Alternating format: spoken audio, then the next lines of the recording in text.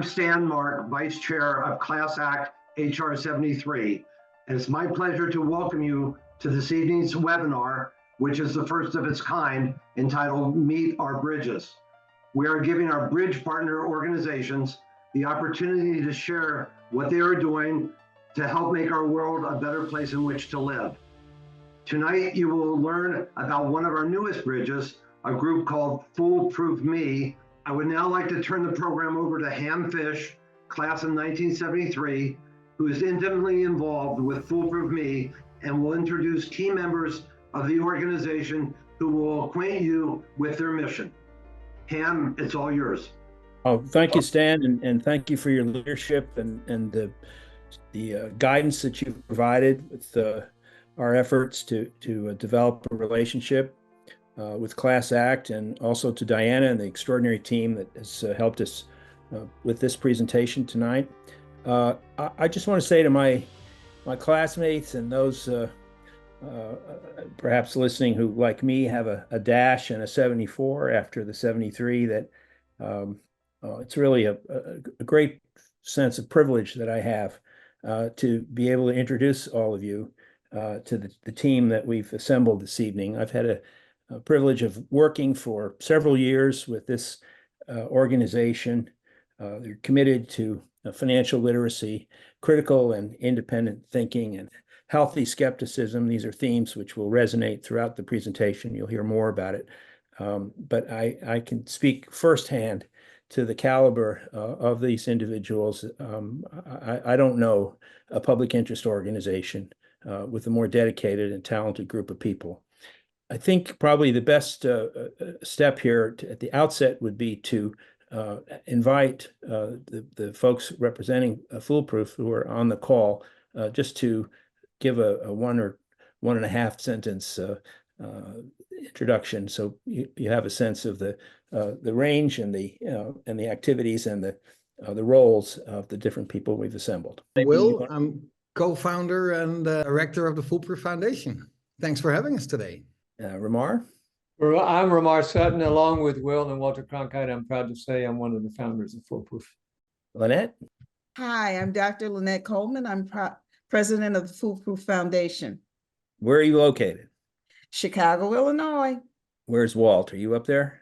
Hi, everyone. Walt Cronkite. I'm a board member and proud supporter. My grandfather was involved in the creation of Foolproof, and I'm proud to carry on the legacy. Yeah, well, your support has been an indispensable feature of the growth and development of this project. Mike?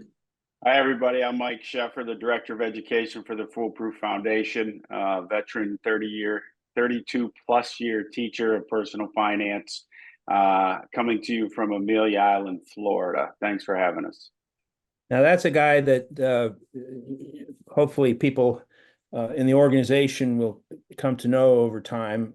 Mike goes all over the country introducing the values and the opportunities represented by Foolproof, and he himself is the bridge, the key bridge to the school systems, the teachers, the students, the various institutional assets that we're in touch with from one state to the next, evangelizing the core principles of Foolproof and the opportunities that we offer to people in those environments where otherwise they don't have access to what we're trying to accomplish. I think there's a couple more on here.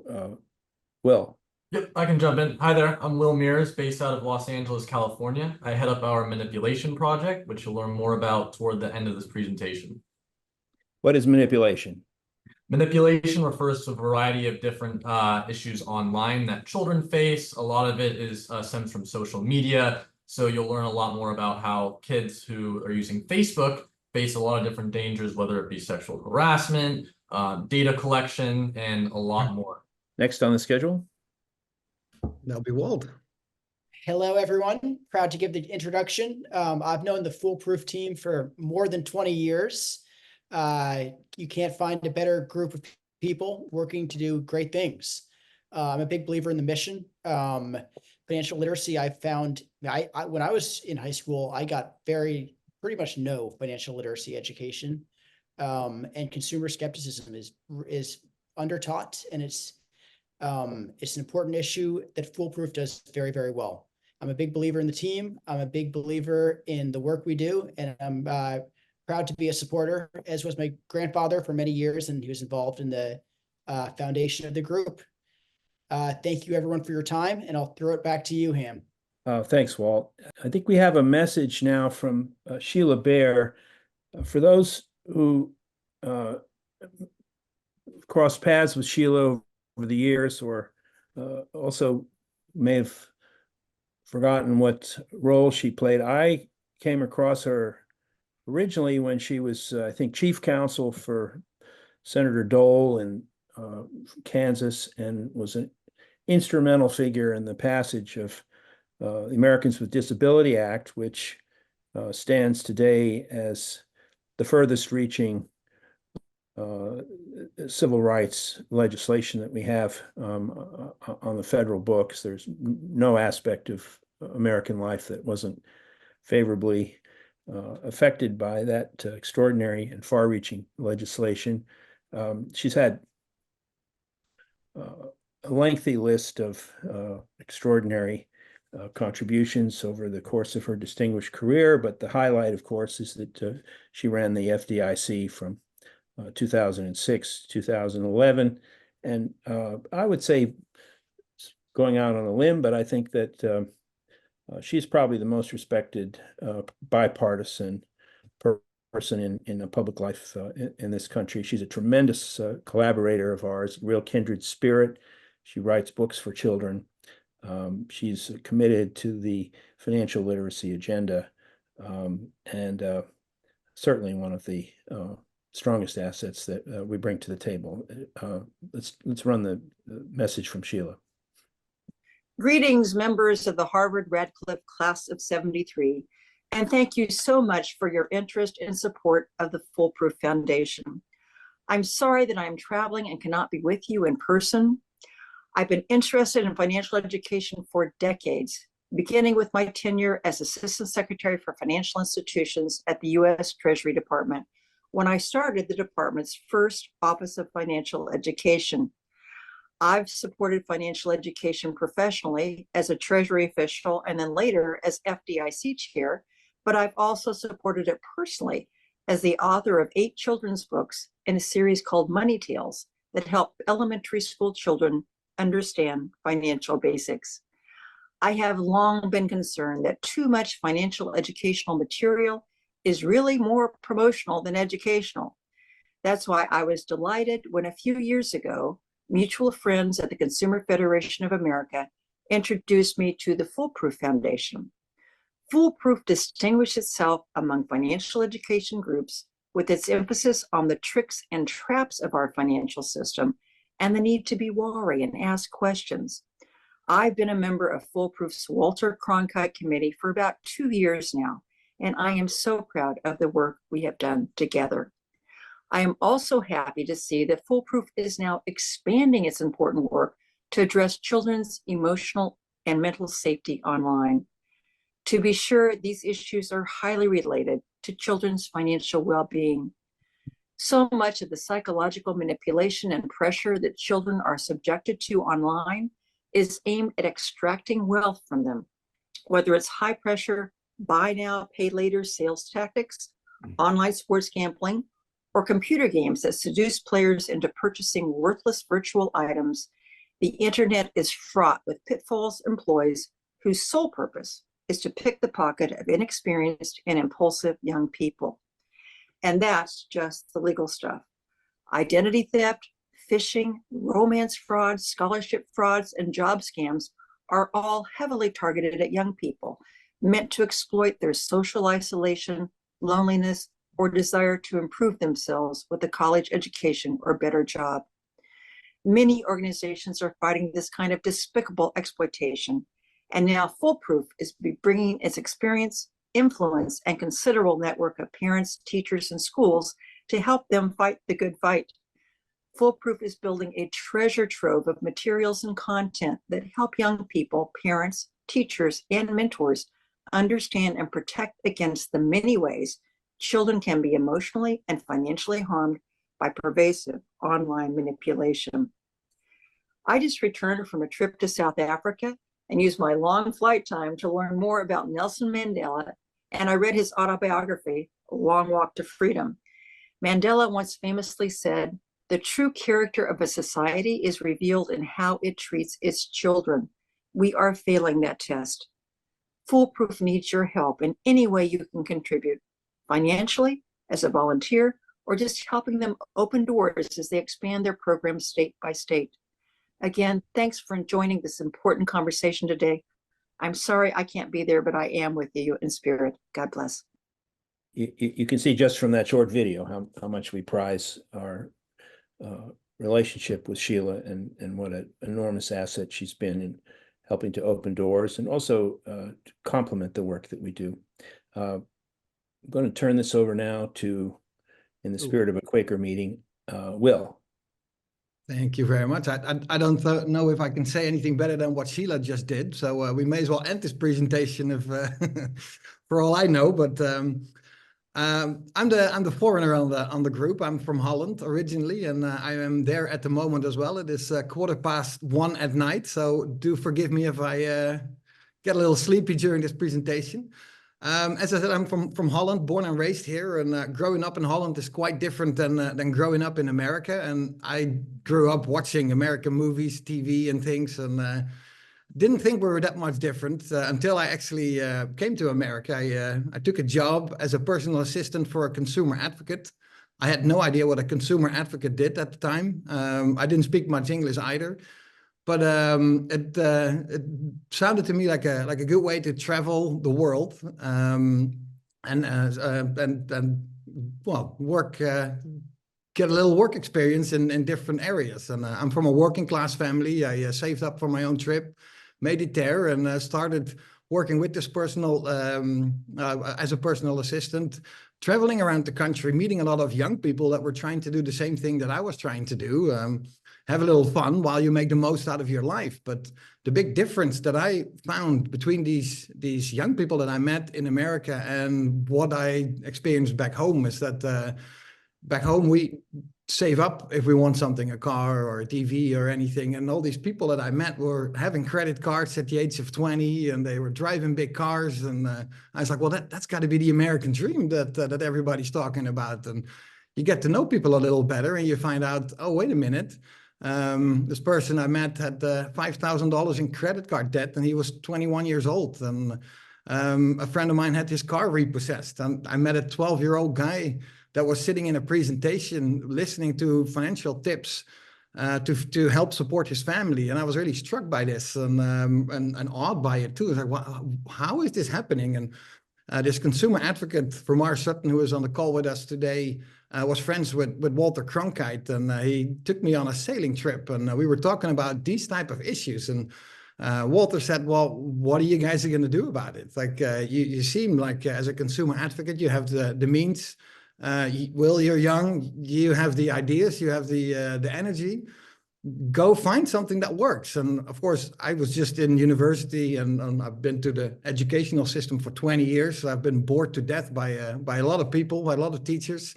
So I figured if we want to do something, we want to do something that is fun and interesting. And of course, that actually teaches something that stays with these kids, these young people that are in money trouble, that provides them the skills that they can take with them on their journey in life.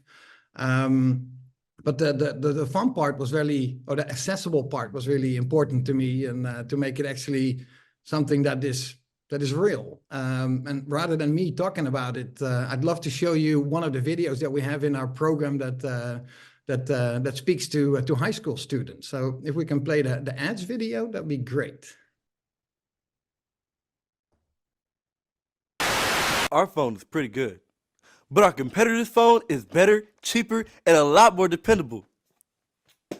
Shouldn't you buy that one instead? You'll love our sugar-coated cereal. It is addictive. Many doctors say our cereal isn't that healthy, and eating a lot of it may lead to diabetes. Dentists say it'll rot your teeth and generally should be avoided.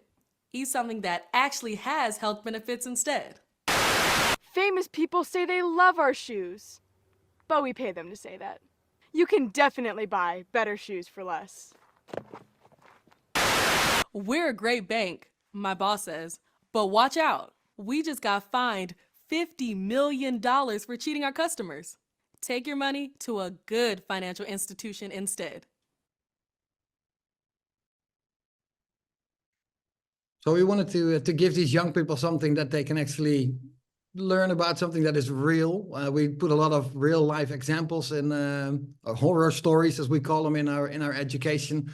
But before I talk too much, I'd love to pass it on to Ramar. Before you get to Ramar, Will, in your defense, I would like to say for the copy editors in the audience that the word advertisement was spelled with the European spelling in that slide, which you and could that hasn't been caught by any teacher in America and any student for the last 3 years. I might add that to it as well.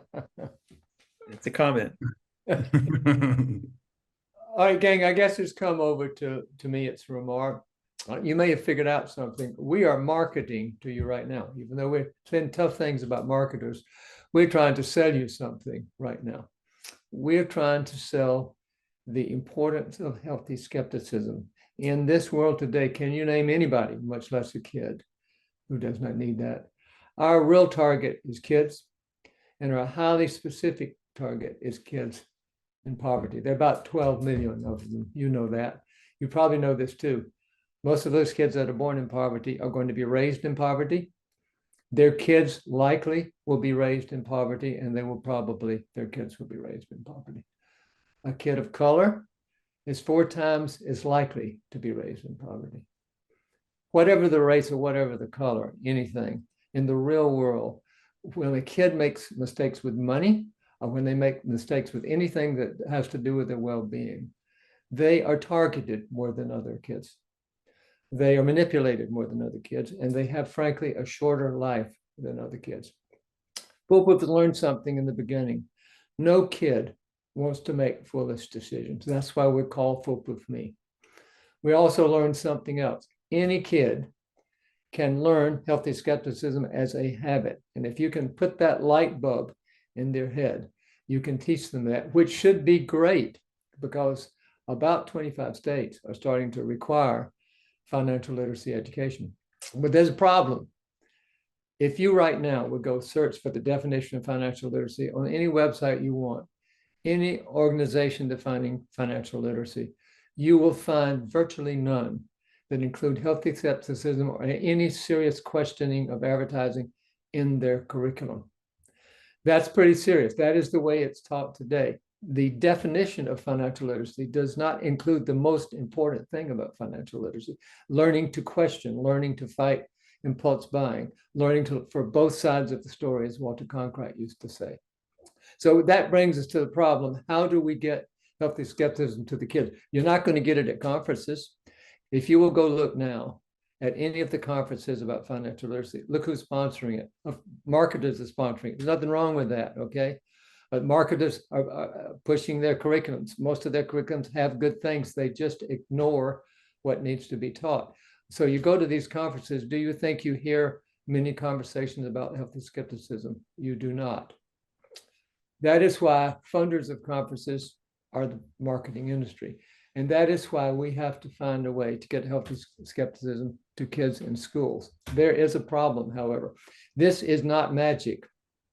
We cannot sign up a kid tomorrow and get them going. It takes 2 to 3 years for us to get to a school system in a state, to get to teachers, to get to a city and talk to the teachers there. It isn't quick, and that takes money.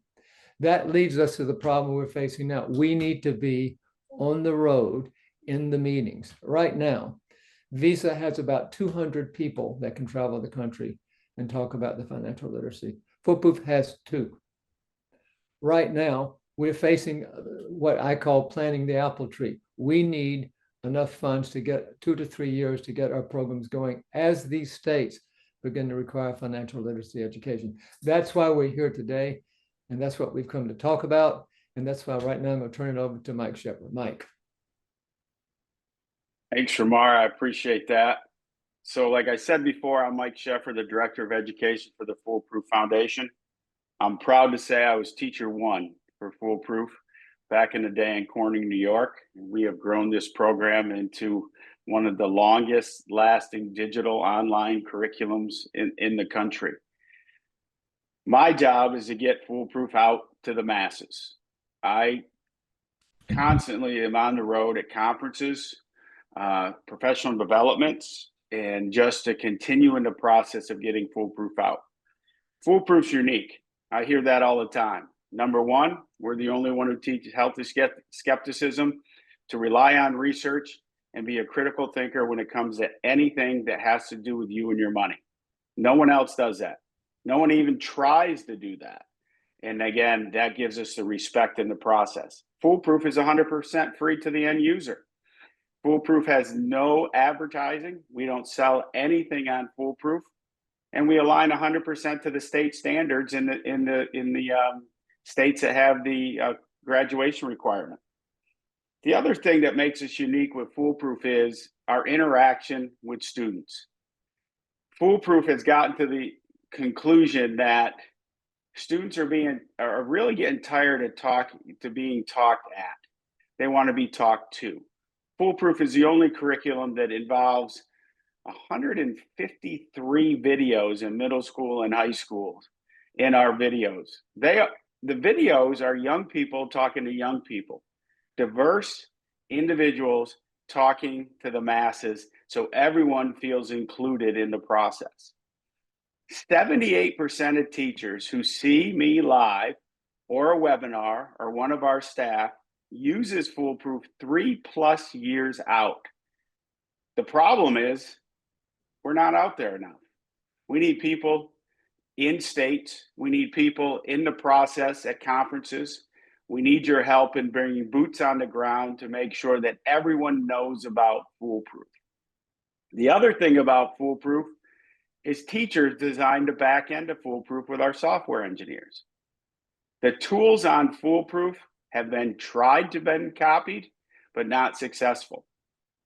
From tracking progress to grading to the alignment of state standards when the student finishes the module and successfully passes the test, we have the ability to show state administrators that that student has met the requirement to graduate in personal finance. And I'm a data guy. 34.7% is the increase of knowledge from pre-test to post-test in Foolproof. We are making a difference. The process is working. We need your help to get out there. So thanks for listening to my little soapbox spiel. I want to introduce Dr. Lynette Coleman, another veteran, 34-year educator, the former principal of Ariel School in Chicago, and my boss, the president of the Foolproof Foundation, Dr. Lynette Coleman. Thank you, Mike. You're the best. My name is Dr. Lynette Coleman. I was the founding principal of Ariel Community Academy. It was actually founded with Arnie and Sarah Duncan, who are Harvard alum, and Arnie was the former Secretary of Education under Barack Obama. Our school was the first and only school to teach financial literacy from full-time as a full-time curriculum topic from kindergarten through 8th grade. I could be here for hours telling you the success stories that we've had with all of our students, from being the first Money Smart kid, National Money Smart kid, who was a 7th grader who beat out high school seniors, to the many students that have gone to college, that have created their own businesses. Our school was a targeted population with 98% poverty, and by the time I had retired, 24% homelessness. But I want to get back to Will, because this was one of the things that brought me to Foolproof, and it's a mission that I share with him. When we talk about students that get into problems going through college and coming out of college in just incredible debt. I want to talk about 2 students. Linda Hodge was a student, her mother was a teacher, She called me when she got accepted to Howard University, and she said, "Hey, Dr. Coleman," she said, "and I'm coming there with 6 credits. I had AP Finance, AP Economics." She said, "I am so glad that we did the financial programs and Foolproof because it really knocked it out of the park for me." And when she graduated, she shared with me that she took her student loans and all the free credit that they offered her, and she invested the money. And when she graduated, she paid off the loan and kept what she made from her investments and started her own PR business. And this year she was named 30 under 30 in Chicago. Kylie Allen was another student that went to Ariel and really benefited from the Foolproof curricula, especially when she went off to college in Atlanta. She went to college and she used her student loans to buy real estate. And she bought an old Victorian house, and then she also looked up online all of the programs for first-time buyers, first-time renovators, home improvement, and she converted an old Victorian house and rented it out to students and used the rent to pay her tuition. And then when she graduated, she paid off of all her loans. She sold her Atlanta real estate. She moved back to Chicago, and now she's a partner in a real estate firm in Chicago. Lessons that students learn from healthy skepticism arms their instinct for being their own best self-advocate. And that is the most important thing that we do. Underserved children, most of the time, almost all of the time, never feel that they have a voice or a choice. And what they've learned by becoming healthy skeptics is they can be in control. And that's a powerful, powerful thing, especially for women. Now, I'm not bashing men, but I'm just saying that it's usually a lot tougher than for women because we're not taken as seriously, and especially a woman of color. So I want to personally say thank you to Will for creating, and Ramar and everybody else that was involved on my Foolproof team, for creating this program, for pushing it out there, because you have touched a lot of lives. You have created some successful people. And I'm proud of us. Peace out. I want to turn you over to Will Mears, the wonderful one. Thank you, Kylie Lynette. Those were some very powerful anecdotes. So like the team has said, we've tackled the issue of manipulation when it comes to money for decades. But the internet, with all its promise, poses an unprecedented threat to the mental and physical safety of children. In 1973, 4-year-old kids first looked at screens, the television. But today, 4-month-old babies are looking at screens, and the screens are looking right back at them. Research shows that virtually any screen time in the first 2 years of life can lead to cognitive damage. And look at 9 to 12-year-olds. They spend an average of 4 to 6 hours a day online. In teenagers, they average 8 hours a day online.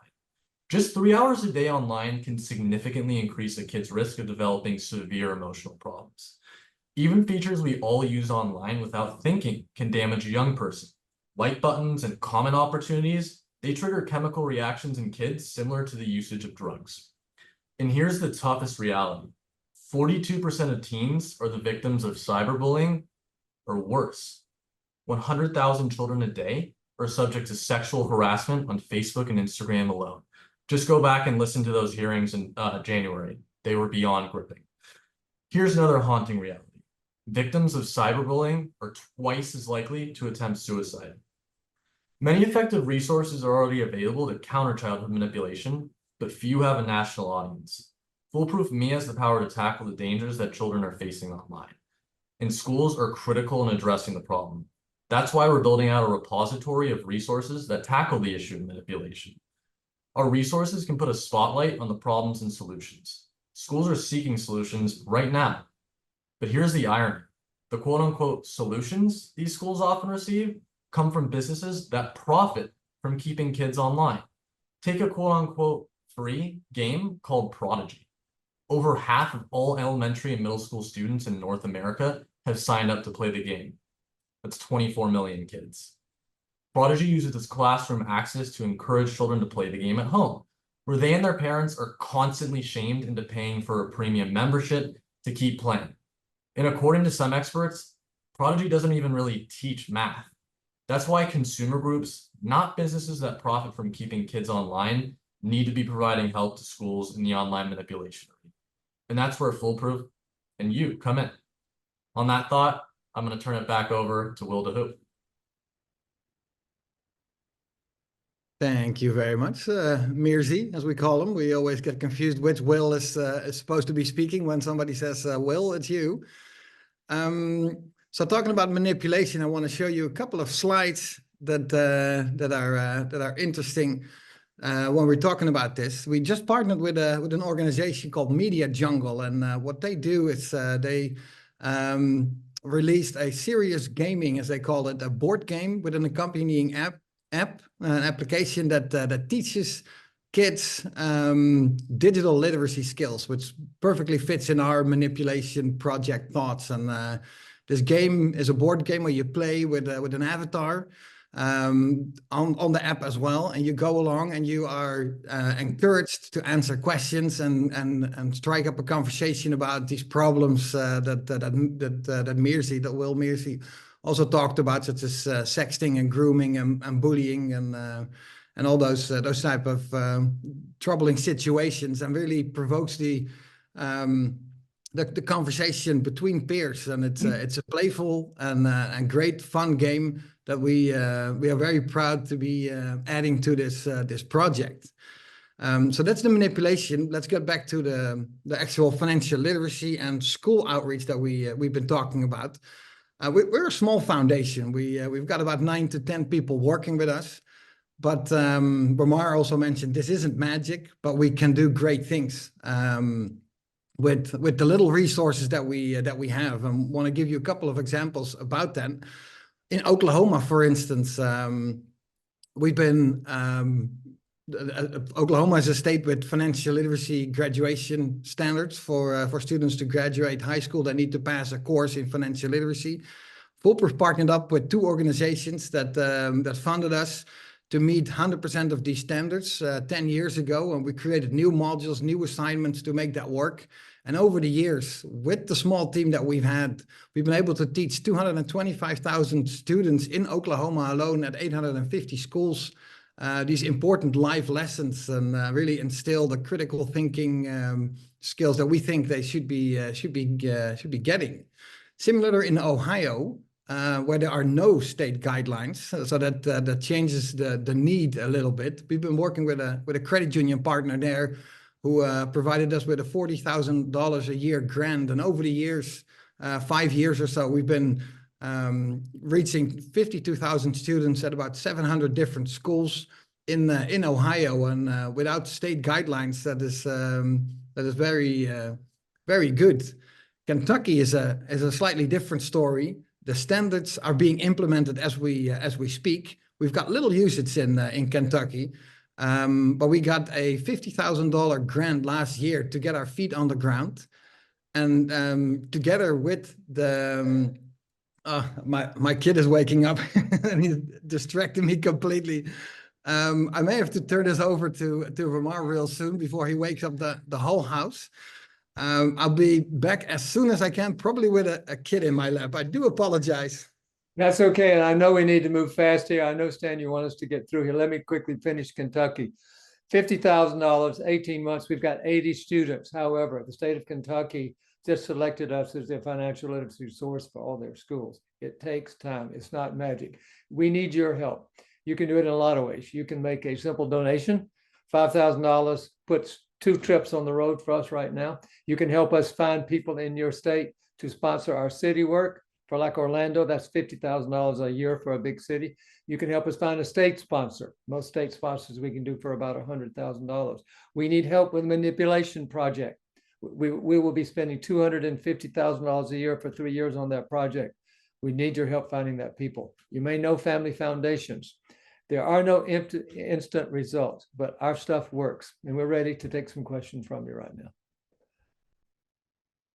The floor is open for questions. Thank you so much for the presentation. Very, very interesting. There's a raise hand function. If you can find it, use it. If not, just wave to me and I'll call on you. And please be sure to unmute before you ask your question. Therese. Thank you very much for this incredible presentation and the work you do. I wish I had your financial literacy course. I think it can be translated to adults, seniors, definitely. I want to know, what is the biggest obstacle besides money that you have faced in trying to work through the various state school systems and get on their agendas? Mike, you want to answer that? I'll give one quick answer. It's simply getting the attention of people to listen to us. All school systems are in stress. Teachers are in stress. So getting the attention is hard to do. And that usually requires virtually people nearly knocking on the door. Mike, am I saying that right? Yeah, that's a really good point. There are roadblocks to anything, especially when you're dealing with state education. One of the things that we've been able to do is we find partners in the state that have some type of connection to a superintendent, a principal. And believe me, I've gone school to school. I mean, one of the big things we're doing right now, we have a great sponsor in Indiana. We're going school to school, and of course they're singing our praises, and it continues to grow. So the reality is that school districts are overworked. Teachers are in stress. The nice thing about Foolproof is, so I'm a teacher. So when I do professional development, I have 3 goals. Number 1, you got to feed the teacher. That's the most important thing. Number 2, you have to be entertaining. And number 3, you have to leave them a resource that they can take back to their classroom. Foolproof gives them the ability to plug and play it right away. We actually are teaching teachers how to teach personal finance. We don't believe, that, oh, here's the curriculum, go use it. We want to work with teachers to look at how would you teach this class, and we can do the heavy lifting of it. So I think your question is really good of the roadblocks, and I think it's just a matter of time.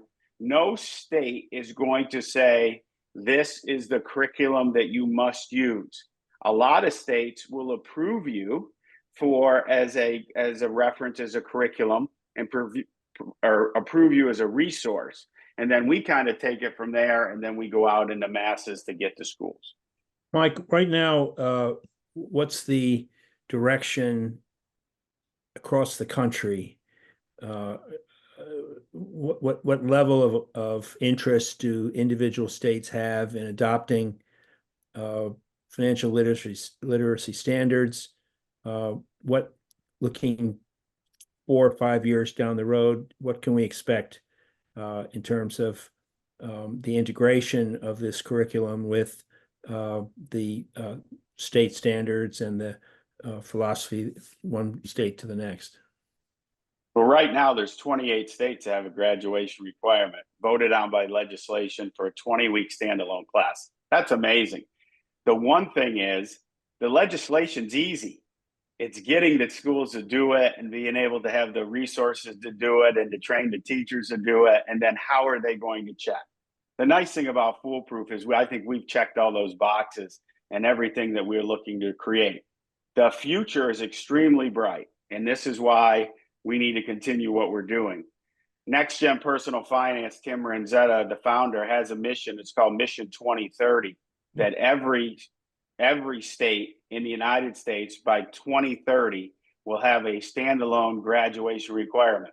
When they started it 10 years ago, and Tim's a great friend of mine, I said, that's ambitious. And they are on track for it. So the process is that you are going to have every state that has a graduation requirement in personal finance, which I think is wonderful. Here's the thing, though. We cannot discount middle school. Middle school is where the issue is really starting to raise its head, and states are starting to look at that. Foolproof has a solution to the problem with Foolproof for middle school and all of our manipulation resources that are being developed. kids are, as I call, cradle to grave technology. I taught school before the internet. That's how old I am. So I thought the internet was going to save me all this time and, you know, financial education and all those things. These kids are so far ahead by the time they get into the 5th and 6th grade. If we're not doing something there, we're going to lose them down the road to, you know, manipulation, money skills, all these different things. So I think the time is now more than any other time to make sure the right curriculums and the right organizations are in there. We're not selling anything. We're not shaping the message. We're sticking to our guns. We're going to teach a healthy skepticism, critical thinking, rely on research when it comes to you and your money. Can I jump in here too? A question was just asked by one of the audience. Can we talk about online manipulation? The entire manipulation project is about online manipulation. If you will go, you will be getting a document that will give you a link to Will Mears' manipulation page.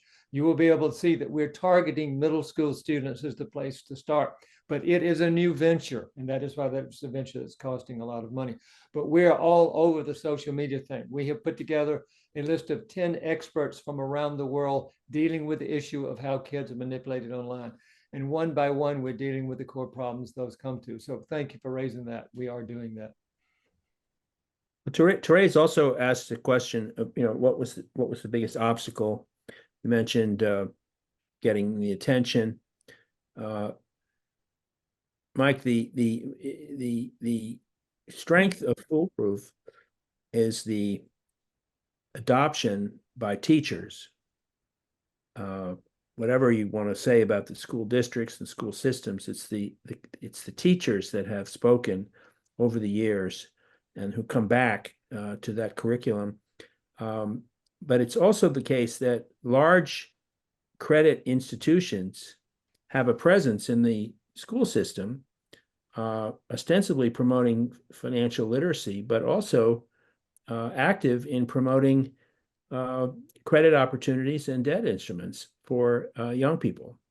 And I would think that is also an obstacle for the philosophy that we've developed. Well, the process is that, you know, when teachers hear about Foolproof, see Foolproof, work through Foolproof on their own, the curriculum is used. I mean, it's something that is being used all over the country. The numbers are staggering. For what we do with what we have is, I think, the most amazing story, you know, that's going on, because we are up against multi-million-dollar corporations that are putting boots on the ground and getting their curriculums in there. They're pressuring school districts to use it. They're using marketing techniques, but teachers see through that. The teachers are amazing. High school principals, middle school principals see through that, and they see the genuine effect of Foolproof. And to be honest, we are as clean as that's anything out there, and they see it because they see, of course, the no ads, the no sale, all those different things. So once we get there, like I said, 78% of teachers will use Foolproof going forward. It's just getting it in their hands. We have a question from Lori. Please unmute. Hello, I have a question that's somewhat related to curriculum, but not entirely. I know you're dealing with traditional banking and investment. Have you had it posed to you issues of new digital assets like cryptocurrency and non-fungible tokens? Are children getting that at as early an age as you're concerned with? We actually have Will DeHoo could talk to that. We have a module on that, Will, right? Yeah, no, and I don't know if they're getting to it as early as we could. We have a high school module completely dedicated to cryptocurrency and deep finance. We've written it with the team, and I think it's really strong and current, and it really gets, well, it doesn't give investing advice. We don't do that, but we really go into the nitty gritty about what is really happening with cryptocurrency and how do you navigate that world safely, because it is if not the biggest, well, it is probably the biggest, the easiest way for kids these days to, other than maybe sports betting or online gambling, get in a lot of trouble with money. So we've got an extensive module on that that is part of the middles, or it was part of the high school program before any standards around the country were even talking about it. So we've been promoting that or using that extensively over the last few years already. Yeah, if I can, Jane, before we get another question, the one thing I did not say that any of you can do, in every state, we want to form a foolproof committee of people, the teachers, other educators, people who care about this issue, to simply raise awareness of us. All of you can help do that in your state, because we found if we get an awareness committee together of people who are respected in that state, we will get the attention of the educators. We have a question. Peter Boynton put a question in the chat. Does the U.S. Department of Education sponsor or support Foolproof? Michael? No. I guess that's the quickest answer to it. That's a tough nut to crack, to be honest. Federal funding for individual curriculums. We have had conversations with the federal government, and we continue to have them. But at this point right now, no, but we would be more than happy to have that discussion at a high level. Because again, it's a pretty easy sell at that point because of the no conflict of Foolproof. You know, the whole idea that, you know, no ads, no selling of a product, you know, a foundation, and of course, you know, what we teach and the usage that we have across the country. Terrific. One question that I have, how do people get in touch with you? Will it be in the information we send out with the survey later? Whether they want to donate or volunteer or connect you with people within their communities? What's the best way to reach you? We have in the document that we'll get it on the website, direct personal phone numbers for me and my personal email address to get me quickly. The same thing for Drew Guthrie, our executive director, who is traveling right now. But we're very easy to get to. Drop us an email. If we can talk, there's so many pieces to Foolproof. If you look at the document we send you, there's a short first page, but look at the rest of it. You will have fun working with us. Look at the young people you get to be with. It's terrific. You're on mute. More questions? Peter. Go ahead. Peter Mazarias.